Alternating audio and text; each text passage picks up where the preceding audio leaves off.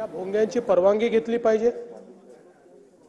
हे भोंगे रात्री 10 वाजेपासून सकाळी 6 वाजेपर्यंत बंद असले पाहिजेत।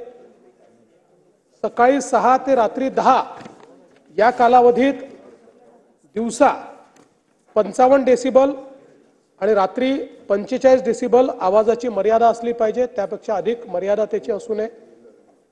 अशा प्रकारचे काही निर्देश आपल्याला देण्यात आलेले आहेत। आणि या संदर्भात कायद्यानुसार जर त्या ठिकाणी अधिक डेसिबल ने एखादा भोंगा वाजत असेल तर त्याचे अधिकार हे महाराष्ट्र प्रदूषण नियंत्रण मंडळाला केंद्रीय कायद्याने दिले आहेत। त्यानुसार पोलिसांनी कॉग्निझन्स घेऊन त्यांना कळवायचं आहे आणि त्यांनी त्या संदर्भातलं जे काही पुढची कारवाई आरोपपत्र आहे किंवा कोर्टात केस टाकायची ती त्यांनी करावी। अशा प्रकारची आता कायद्याची परिस्थिती आहे। मुळामध्ये हे जरी खरं असलं तरी ज्या प्रकारे या सगळ्या गोष्टीचा अवलंब झाला पाहिजे हा होताना आपल्याला पाहायला मिळत नाही। आणि म्हणून ज्या सूचना आम्ही या ठिकाणी निर्गमित करतो आहोत त्याच्यामध्ये कोणालाही सरसकट या ठिकाणी भोंग्यांची परवानगी देण्यात येणार नाही। ती निश्चित कालावधी करताच देण्यात येईल आणि त्या कालावधीनंतर त्यांना पुन्हा पाहिजे असेल तर त्यांनी पोलिसकडनं येऊन त्या भोंग्याची परवानगी पुन्हा तिथे घेतली पाहिजे। दुसरं, ज्या ठिकाणी उल्लंघन होईल 55 डेसिबल आणि 45 डेसिबलचं त्यांना पुन्हा परवानगी देण्यात येणार नाही।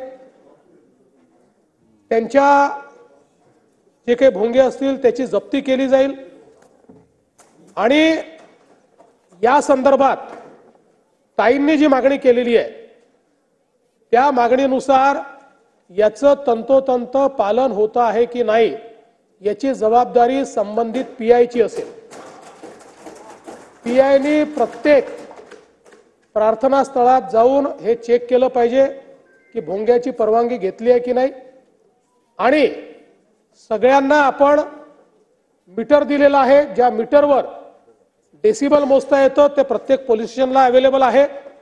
त्यामुळे अशा प्रकारे ते डेसिबल मोजून त्याच्यावर जर डेसिबलपेक्षा जास्त अशा प्रकारे आवाज येत असेल तर पहिल्या टप्प्यात एमपीसीबीला सांगणे, त्यांच्याकडनं कारवाई करणे आणि दुसऱ्या टप्प्यामध्ये त्यांच्या परवानग्यांना रिन्यू न करणे अशा प्रकारची कारवाई या संदर्भात केली जाईल आणि अतिशय कडकपणे याचं मॉनिटरिंग जे आहे ते केलं जाईल।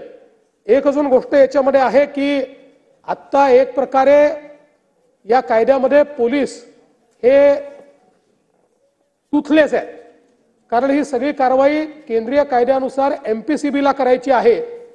त्यामुळे त्याचे जे नियम आहेत त्या नियमांमध्येही काही बदल करणं अपेक्षित आहे।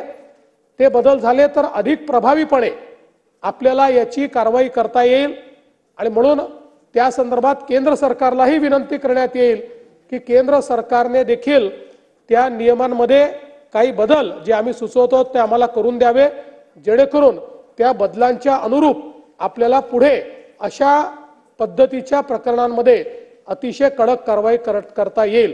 त्यामुळे आता या संदर्भात याचं तंतोतंत पालन केलं पाहिजे। ही जबाबदारी संबंधित पीआयची असेल, त्यांनी ते केलं नाही तर त्यांच्यावर कारवाई होईल।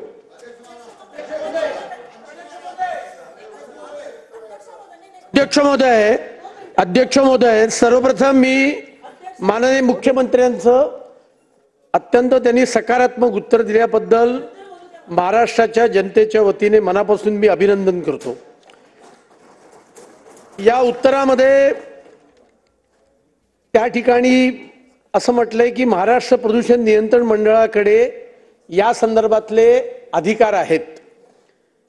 कायद्याप्रमाणे हे खरंही असेल, पण अध्यक्ष महोदय माझ्या हातामध्ये मुंबई हायकोर्टाची पिटिशन आहे या संदर्भातली। पिटिशन कधीची आहे? पिटिशन 4729 ऑफ 2021 आणि त्याचा निर्णय कधी आला तर आता 23 जानेवारी 2025 ला हा निर्णय आलेला आहे। पिटिशन कोणी केली? जागो Nehru Nagar resident welfare association आणि the Shivsrushti cooperative housing society.